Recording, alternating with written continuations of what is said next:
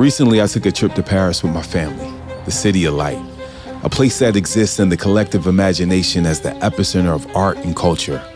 Originally meant to be a fleeting escape, turned into a pivotal moment, a rediscovery of a love for the arts and the stories they tell. Isn't that what travel's all about? Finding yourself in unexpected places and learning to love your way through the world? This museum is one of the most iconic in the world. One that most people from a neighborhood like mine never get to experience. Like art, music helped me through a lot. The grief of losing my mother, leaving a career I knew, and betting on myself in my 40s. Although 15 years younger than me, my guest music spoke to exactly what I was going through. That's what this conversation is about. Not just music, but life, transformation, and the art we make from our pain. This isn't Paris. This is a city I call my own. Today, we are here, just us and the art. This is Frequency, and this is KUR. It's crazy. This icy. I ain't gonna lie, I ain't been here since like elementary school.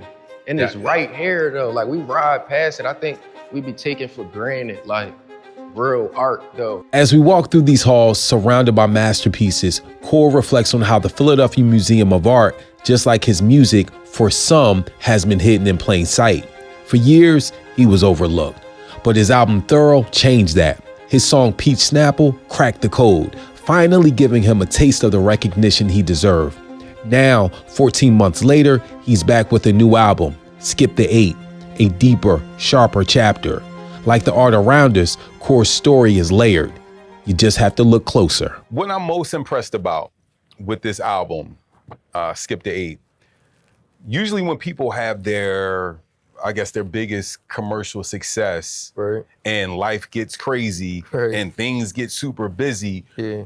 the art usually suffers. Yeah. And with this album, it doesn't suffer. Right. And usually, another thing that happens is people find a formula, and we came in here, people are like, oh my gosh, you got dudes are way older than you. Right. They hear about Peach Snapple, they know about Peach Snapple, it resonates with them. And usually people go, oh, I gotta make 15 more Peach Snapples. Yeah. And you didn't do that on this album. Right. What was the mindset going into this with everything around you going so, hectic? Yeah, I ain't gonna lie, I started it off like that though. Okay. Like trying to chase the Thorough, trying to chase the Peach Snapple, like, yo, we need 20 more of those, right?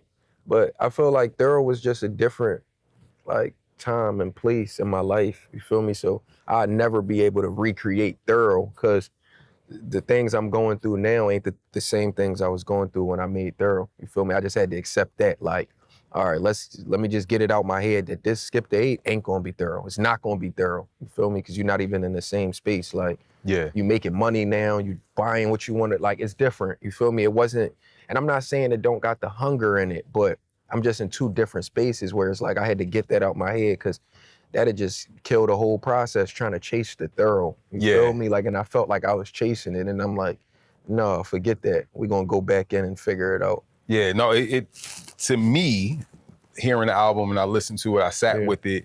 If I was listening to these KUR projects and I listened to it, it didn't feel like it was affected.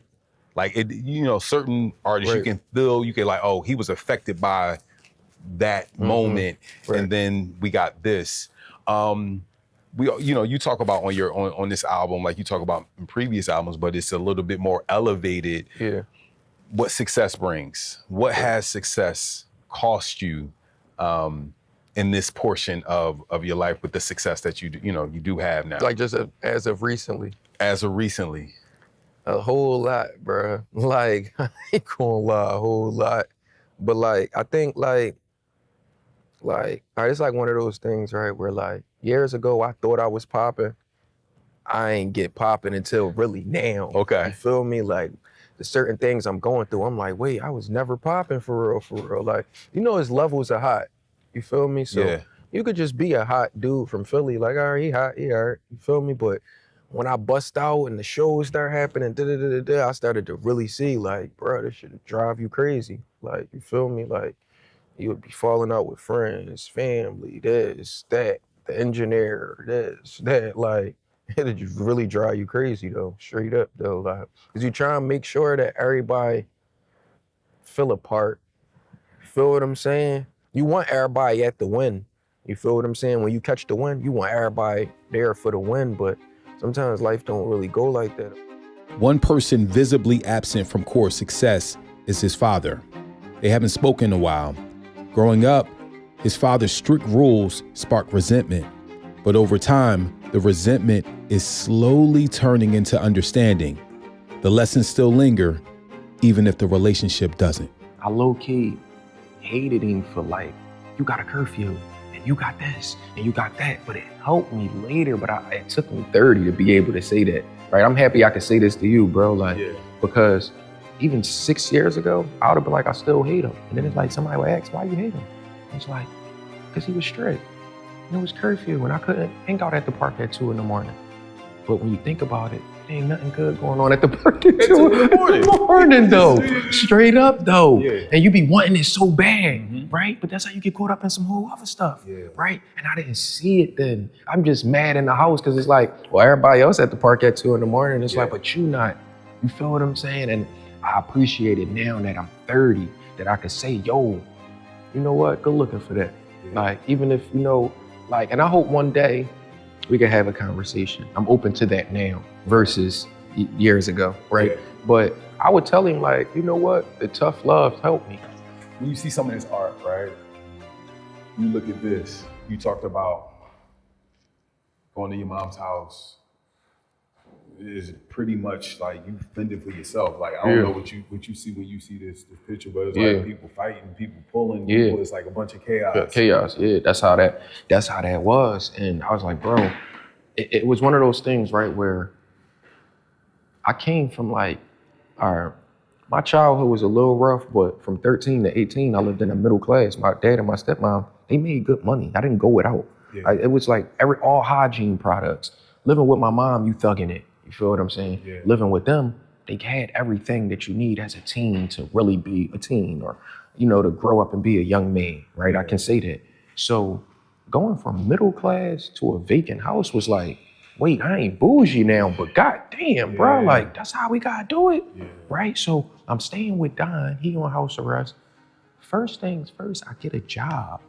I didn't just go straight to the streets because I came from a good household. So I go get a job. Why everybody, all my childhood friends, I'm reuniting with them. And you gotta think, my dad had this rule, right, where it's like, I don't want you uptown because I'm trying to take you away from that. And I took you away from that when you were 13, and I don't want you going back there, but you're 18, so if you decide to go back there, hey, you know, do your thing, right? So I wasn't able to see my friends from 13 to 18, right? So I'm 18, going to meet friends or going back into a neighborhood of friends that I had when I was 13, 12, right? It's not the same. People got face tats now, they smoking weed. It's like, whoa, bro, we was just kids. This is different now, like, you feel me?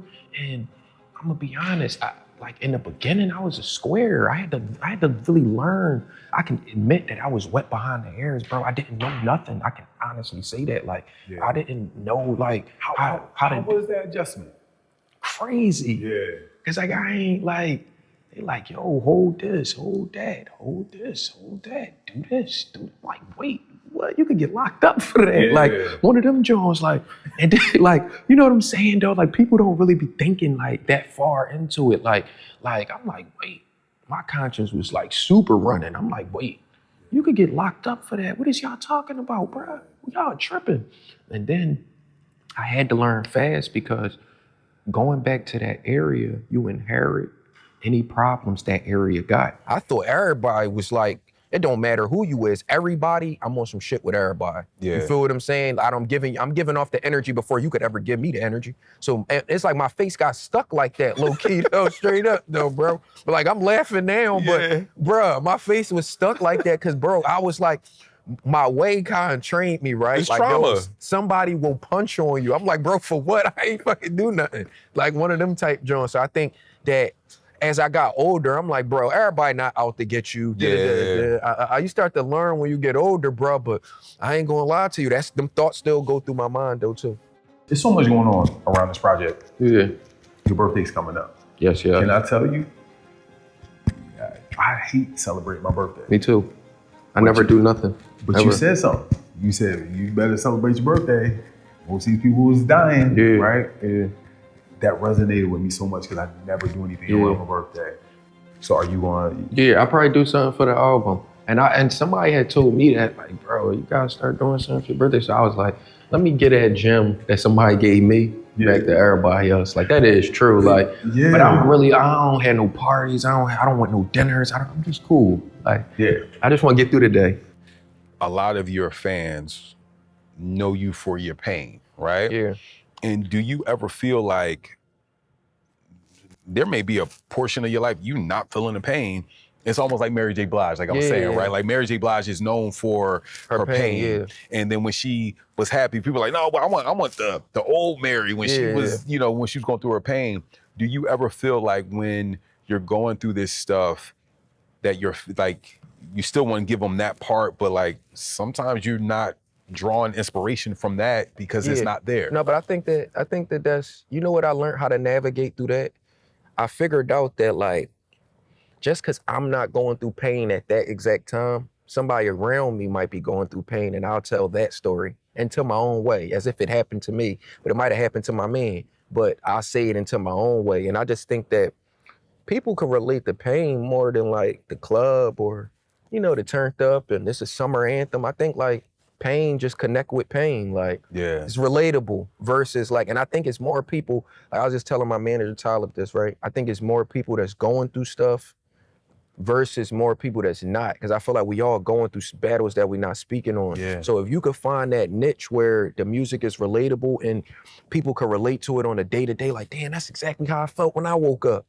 I think that it's something there for that versus the club or, yo, I got all this money or it was like, the average person don't really even got no money like that. About, where we from. So that's what I'm saying. Like, it's like I had to find that balance for real. So I just answer your question again. I say I can just take parts from people around me life, and if it's pain or they struggles and make it. And then I will say this, right? It's never not a time you're not going through nothing.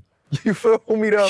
Even if it feel like that, bro, I'm telling you. Like, yo, you might have 48 hours, 24 hours. There's something happened. Wow. Like, you feel me? And you're gonna go through pain. Like, but I think it's all what's the word? Perspective. It's about perspective, right? So it's all about how you look at it. You could look at it like a loss, or you could look at it like, you know what? I learned from that. It was experience.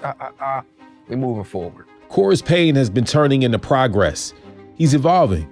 Recently, he was the walkout artist for Philly's own championship boxer, Jaron Boots Ennis. But it's always a deeper meaning. Boots went to high school with me, right? So it meant a little bit more than just an average walkout, right? Because he went to high school with me. We was kind of boxing around the same time. He was just in a younger grade, but we was boxing at the same gym. We went to Saw together, so we took the same 26 down Shelton Avenue to get to Lonnie Young. Right, so it was one of those joints, right, where he just stayed at it and I kind of ventured off in something else. But to see it come back full circle where it's like, yo, you figured it out. And whatever I did, I figured out to a certain extent, right? I thought that was like super dope. Like, it wasn't even about no money, no nothing. It was like, yo, I'm gonna do that because it means something to me just knowing like, bro, we started off as nobodies and Saw. Like, he was there when I was a nobody. Like, not one fan. It's a common theme in your music, continuing with Skip the 8 of loss. Right? You talk about 10 years ago how you lost Reem. You talk about how your grandmother, you lost your grandmother before, major success. How did dealing with that, and you talk about dealing with grief, but dealing with success at the same time. How are you dealing with that while you're going through, the major success in your career? I think, to be honest, I don't. Well, I haven't, right? Like, the Reem thing was like, like over time, right? But like my grandmom thing was like so weird because she had like a situation where she really didn't remember like that. So our last conversation, she was like, I don't have a grandson. And I had to learn not to take that personal because she don't even know what's really going on. But at first I did take it personal. Like, I don't care about what she got going on. you feel me, just hurt. Like, yo, I don't care. Why would she say that?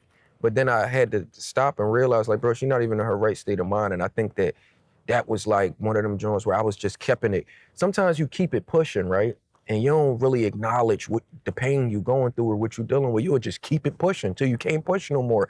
And I think that sometimes that's bad because then it all start crushing down, like coming down at one time. Yeah. Like, you feel me? So I'm learning now to just handle things while it's going on versus holding it in. Just say it right then and there, or you feel me? There's always somebody you could talk to, or whatever, one of those things. Yeah, no, like I was telling you, I was listening to the new project, and it was something that was going on in my personal life. Now I was like, and you said something like, "Let's just deal with it now." Yeah. And I was like, I ain't feel like dealing with it right now. Straight up. And I was like, I can't come here and be a hypocrite and be like, oh man, how do you deal with this thing? Because you wanna know what's crazy, right? If you don't deal with one problem, you'll get 18 more problems on top of that one problem. And now it's like, wait, I don't even know what to tend to. I got 18 problems. But when you got one problem, it's better to just say, all right, I got one problem in front of me right now. I got that out the way. I really don't got no problems. I'm gonna wait for the next problem to come. Versus you holding off and then it's 18 stacked on top of that one. Yeah. That should drive you crazy, bro. Like, straight up. Do you ever get to a point where things are going well consistently and you like, are you you can't I'm really one of them. enjoy it? Yo, yeah. That's icy that you brought that up. I'm one of them, bro. Like, things going too good. It's like, yo, I gotta make it bad now. Like, this shit a little too scary. Yeah. I'm one of them, bro. Yeah. Like, cause I be waiting for the letdown. You feel me? Like, I'm one of them boys. Like, bro, what's the letdown? Talk to me, man. Yeah. I know it's coming. Yeah. Like, yo, we might as well just get it over with. I wanna brace myself. So when it come, I knew it was coming. I don't really like to be caught off guard, and I thought everything was green, and then whole time it's not green. Yeah. So I'm definitely one of them though, straight up. I mess up a good moment, bro. And it's like, I can't lie. I mess up a good moment though, straight up though. Like, I'm kind of the same way. Yeah, And when it start going too good, it's like, wait, hold on, bruh. like you Talk don't to deserve me. it. Like like I don't deserve that. Like, Yeah. I don't deserve that from you or you. Yeah. Like, yeah, you one of them Jones, bro. I mess up a good thing for sure. I'm gonna give this to you though, like newsflash, like, but you do deserve it. When did you feel like all of the pushing, all of the setbacks, all of the things you had to go through were finally paying off? Selling the TLA out 3 times. Outside of the 3 times, 1 time I would have been grateful for that. Yeah. You feel me? Like, that would have meant just as much as the 3 meant. Yeah. Right? I gotta say that. Like, I was like super early on in my career trying to book the TLA straight through me, right? No promoter, no nothing, just I'm going there, whatever, cool. I never could sell it out for some reason. It either rained, it either like, and then my first TLA show ever, right? Ever. I think the doors closed at like 11. I didn't get there until like 10:30 though. Like, you feel me? Just waiting for everybody on the block. Yeah. You can't, I felt like, wait, I can't leave him. So we waited 30 minutes for somebody that didn't even got nothing to do with the show, but you're just trying to make sure everybody in the hood happy. You don't want nobody to be like, bro, he had a show and left me. So the doors closed at 11, right? It's people sitting there. I'm still not there though. Jeez. But all this was a learning process to where now I'm okay with if the doors open at 6 or 7, I'm there at 4 o'clock. Let's get it. I'll wait here. I'm not leaving. Anything I need, somebody to go get. I'm gonna wait here till 4. You said I go on at 9. I have no issue waiting 5 hours in here. At least I know I'm in here. You feel me? I don't gotta, no traffic, I'm in this joint, bro. And you feel me? So, all right, you sell it out. You sell out the TLA once. Right. All right, that felt good. Yeah. Then they like, you sell it out a second time. Yeah. And then the third time was like, yo, are we pushing it? And it was like, no, it's sold out too fast. Let's just try it, bro. And let's just try it, bro. You already got 2. Let's try it. We did 3 and it sold out. I'm like, 4? No one to stop, bro. No one to stop. Like, as I didn't want to overdo the blessing. You feel me? I felt like it was a blessing and it was like, all right, man, thank you to the universe, God. Yo, thank you. 3 times. 4, I felt like, no, appreciate the 3, bro. Don't try to drag it to 10. Appreciate that 3. Because that's a moment in itself. At home, too. At home. For KUR, Progress doesn't always mean instant profit. The wins might not show up in dollars right away, but they show up in growth of fan base, presence, and purpose. You know, the perception reality. So like, I got like a sister, she like 22, right? She got the perception kind of screwed up where she'd think that he got 50 million. It's like, bro, see, I don't got 50 M's though. You feel me though? Like, it's like one of them joints where it's like I mastered the art of making it look good, or like just not looking like what I'm going through, right? And that sometimes can confuse people because it's like, well, you saying you down when you don't look down. Feel me? Yeah. It's like, shit, well. And to that point, like you, this is to me is a continuation of, if you listen to your album, listen to, Skip the 8, you hear so many different things that you're going through. Right. But do you feel like people ignore that? Like, oh yeah, he may be going through that stuff, but he do got the capital. He does have this. I think for the people that's really around me day to day, they know like, yeah, people may see the end result, but if you there with me every single day, you know, like, damn, that shit really that shit driving him crazy though. You feel me? Like if you with me day to day, like any of my friends that's with me enough, they know like that shit drive him crazy. You kind of really learn your friend where it's like, yeah, I could tell he dealing with something. You feel what I'm saying? And you kind of respect it like, all right, I was there before the end result, so I know what it took to get to the end result. My sister or my family or my mom, they don't see nothing but the end result to a certain extent. So it just looked like, yeah, well, you on the TV, you on the radio, where the money at? You feel me? Like, They don't know that sometimes you could just be on TV and not get no money. Like, straight up. I know. I ain't really had no clothes at all, kill. You feel me? Like my man Juan. Yeah. Like when I first started rapping out, it was rough for me. And like I'll never forget, like he had a fresh pair of sneaks on. My sneaks was cooked and I had like my first show. Yeah. And he just was like, bro, we was wearing the same size around there and around that time, and he just was like, bro, we could do a swap.